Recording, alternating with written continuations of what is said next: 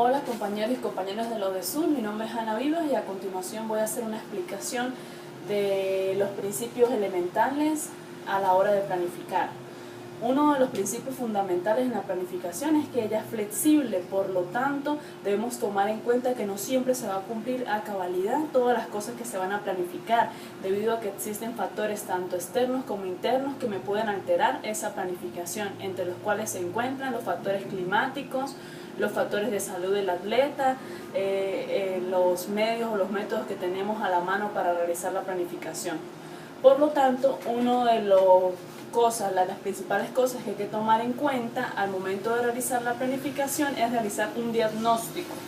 Y entre ese diagnóstico debemos hacer un análisis de la modalidad. ¿Por qué? Porque todas las modalidades o los deportes no son iguales y no se planifica de manera igual. Por ejemplo, un deporte como el fútbol o el béisbol no tienen la misma planificación que un deporte individual o que un deporte colectivo. ¿Por qué? Porque en esos deportes las competencias fundamentales son largas, o sea, no es de una semana, sino son por temporadas que duran bastante tiempo, por lo cual no se puede planificar igual. También un deporte individual, pues ustedes solamente toman en cuenta un solo atleta, lo que no sucede con un deporte colectivo, que usted tiene que planificar en función de todo un equipo. El conocimiento que tiene el atleta de ese deporte también se debe diagnosticar, si el atleta ya está avanzado en la modalidad, si la entiende. También debe analizarse al atleta en factores psicológicos, si es disciplinado, si tiene respeto por los entrenamientos, si cumple, si es un atleta de competencia o solamente es un atleta de entrenamiento, porque hay atletas que lo hacen muy bien a la hora del entrenamiento, pero en la competencia surgen ciertos factores psicológicos como el nerviosismo que hacen que él pueda fallar y no tener los resultados adecuados. Las instalaciones donde se va a entrenar se debe tomar en cuenta para el diagnóstico, debido a que si no se cuenta con la instalación adecuada o apropiada para dicha modalidad, pues se tiene que tomar en cuenta que a la hora de la competencia, cuando el atleta esté sobre el escenario o sobre la instalación donde realmente debe competir, eso le puede traer a él o puede incidir en el resultado deportivo.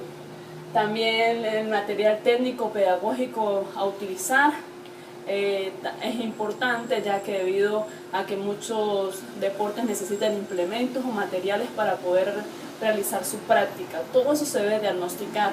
También se debe diagnosticar al atleta en cuanto a pruebas médicas. Antes de comenzar una planificación se debe saber cómo el atleta está en condición física. Se le deben hacer pruebas de sangre, cómo está su hemoglobina, cómo está su salud, para conocer realmente si el atleta está en condición de comenzar una planificación.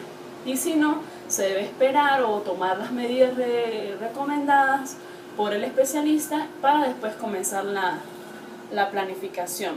También otro aspecto a tomar en cuenta al momento de planificar son los objetivos de la planificación. ¿Qué es lo que yo quiero lograr? En el deporte lo que se busca es un objetivo. Por lo general es ganar una competencia, ¿sí? Pero ese resultado de ganar una competencia no solamente se puede ver de esa manera. ¿Por qué? Porque el atleta puede llegar a su competencia fundamental y realizar su mejor marca personal, por ejemplo. Pero a pesar de que él mejoró su marca, eso no le dio para que él ganara la medalla de oro. Entonces los objetivos deben estar en relación de eso. ¿Cuál es mi objetivo? ¿Que el atleta gane una medalla de oro? ¿O que mejore su marca personal? ¿O que consiga un récord nacional? ¿O logre la marca para viajar a una competencia internacional como Panamericano, Suramericano o mundiales? Esos objetivos deben estar bien claros. Una de las cosas importantes a la hora de realizar los objetivos de la planificación es que estos deben ser realistas. Deben ser ambiciosos, sí, porque debemos buscar obtener un buen resultado, pero debe ser también realista. No le puedo exigir a un atleta que nunca ha sido campeón nacional que logre una marca para un mundial, qué sé yo. Entonces, tienen que ser realistas. Otra de las cosas importantes a utilizar son los métodos y los medios del entrenamiento. Existen ciertos principios del entrenamiento que no se deben violar o que se deben tomar en cuenta. Por ejemplo, no debemos violar principios. Un ejemplo de esto es en la etapa inicial, cuando se comienza o cuando se inicia algún deporte, se le llama la iniciación deportiva. Por lo general comienzan con edades tempranas, niños. Y a los niños no se les debe hacer hincapié en que deben ganar una competencia. En esa modalidad, en esa etapa de iniciación, los métodos y los medios deben ir orientados a que el niño aprenda las cualidades básicas del deporte, de que desarrolle sus habilidades motrices, sus destrezas, a que el niño se divierta, a que el deporte para el niño sea algo entretenido, agradable, donde él se sienta bien y no solamente sea una obligación para ganar una competencia. Hay que tener cuidado con los métodos y los medios que se utilizan. Y entre esos métodos y medios pues tenemos algunos que son visuales, verbales, auditivos y propioceptivos. Entre los visuales, un ejemplo de un método visual es que yo como entrenador domine bien una técnica y se la enseñe al joven al que estoy entrenando. Le demuestre esa técnica y él la observa, y a través de ese ejemplo que yo estoy dando y que él está observando, él pueda ponerlo en práctica. Entre los verbales es que yo no realice esa técnica, sino que se la explique. De que yo le diga, mira, tienes, por ejemplo, para hacer una flexión, tienes que acomodarte en apoyo facial, colocar las manos a la anchura de los hombros, unir los pies, flexionar los codos. De esa manera yo le estoy explicando una técnica de tipo verbal. También están los auditivos. Por ejemplo, en el deporte de atletismo se utilizan mucho los silbatos, las salidas también. Los auditivos se utilizan mucho también en los deportes como la gimnasia, sobre todo la gimnasia rítmica, que necesitan llevar radios donde los niños escuchen pistas o sonidos que les permita a ellos llevar una rutina. También entre los auditivos podríamos usar, aparte del silbato, aplausos o sonidos, sonidos de diferente tipo. Y están los propioceptivos, que son ejercicios que requieren un alto riesgo o nivel y necesitan ayuda de otra persona para realizarlo. Por ejemplo, en la gimnasia, a veces realizar una parada de manos o una acrobacia es difícil, por lo tanto el atleta necesita que esté el entrenador ahí ayudándolo, colocándole los pies como tiene que ser, el apoyo de las manos extendidas. También los métodos propioceptivos tienen que ver mucho con el espacio, con la utilización del espacio, de que si yo lo dirijo hacia adelante, hacia atrás, hacia un lado, utilizando un espacio donde él se pueda desenvolver.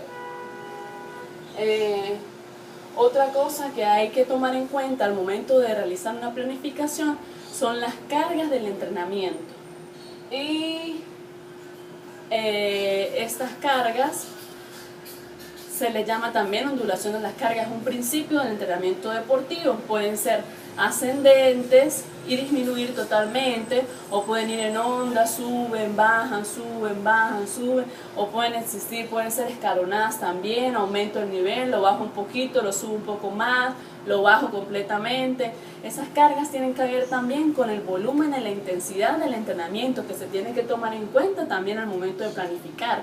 El volumen se toma en cuenta también en base a kilometraje, a tiempo, a repeticiones y a kilogramos o tonelaje. Esos son los factores a tomar en cuenta a la hora del volumen. Y también hay que tomar en cuenta entre las cargas la intensidad. Y la intensidad es la que me ayuda a mejorar, porque cuando yo intensifico cierto estímulo en el atleta, esa intensificación de ese estímulo o ese esfuerzo de más que él está dando es lo que permite que su rendimiento mejore. Otra cosa importantísima que se me olvidó mencionar es que se debe tomar en cuenta el calendario deportivo. Uno tiene que saber en qué fecha es la competencia fundamental para yo, en base a esa competencia fundamental, poder planificar cuánto tiempo, cuántos meses. Si es un año, por lo general las planificaciones se hacen en base a un año. Se pueden hacer también en base a menos, y para eso pues existen otras cosas de planificación que las vamos a ver más adelante, como los periodos, el macrociclo, los mesociclos, todo eso que tiene que ver con la planificación. También es importante, que se me olvidó mencionar, tomar en cuenta en el atleta la parte familiar, cómo está el atleta con su familia, conocerlo, la parte económica de ese atleta, porque muchas veces los atletas pueden tener un rendimiento, pueden ser excelentes o pueden ser talentosos, pero no van a entrenar porque no tienen dinero para el pasaje o le falta la ayuda económica. Hay deportes que son costosos, que requieren de la compra de implementos o de utilizar un cierto material o equipo que es costoso, y a veces hay que tomar en cuenta la parte económica. También hay que tomar en cuenta la parte de salud de ese atleta, si está en condiciones, como ya lo nombramos anteriormente, las pruebas médicas, y se debe tomar en cuenta cómo está su nivel en su escuela, porque el entrenamiento debe ir de la mano también con la parte escolar o con la parte intelectual, cómo va en su escuela, cómo lleva las notas, si está pasando, si realiza sus actividades, porque eso también influye. Muchas veces los representantes no dejan que sus hijos entrenen porque están saliendo mal en la escuela o en el liceo, entonces eso influye en los entrenamientos porque ellos le privan o lo castigan no dejándolo ir a entrenar para que él pueda salir bien en las competencias. Como aquí podemos ver, existen muchos factores a tomar en cuenta a la hora de entrenar. Quizás algunos de ellos no los nombré a profundidad, pero sí es importante que nosotros como entrenadores o futuros entrenadores conozcamos cada uno de estos principios que son elementales al momento de planificar y tratemos de ponerlos en práctica, tomando en cuenta también que la planificación no es algo como una receta que se da y si usted la hace o si usted se toma esa receta, va a obtener el resultado adecuado. No, la planificación es como una caja de sorpresas, que de repente lo que yo planifiqué tuvo éxito, y también tiene mucho que ver de parte del atleta. Si el atleta es una persona disciplinada, constante, si hace las cosas como debe ser, si cumple lo que le manda a cabalidad en la planificación, eso tiene que ver también mucho en el resultado. Entonces, esa es toda mi exposición. Gracias por su atención.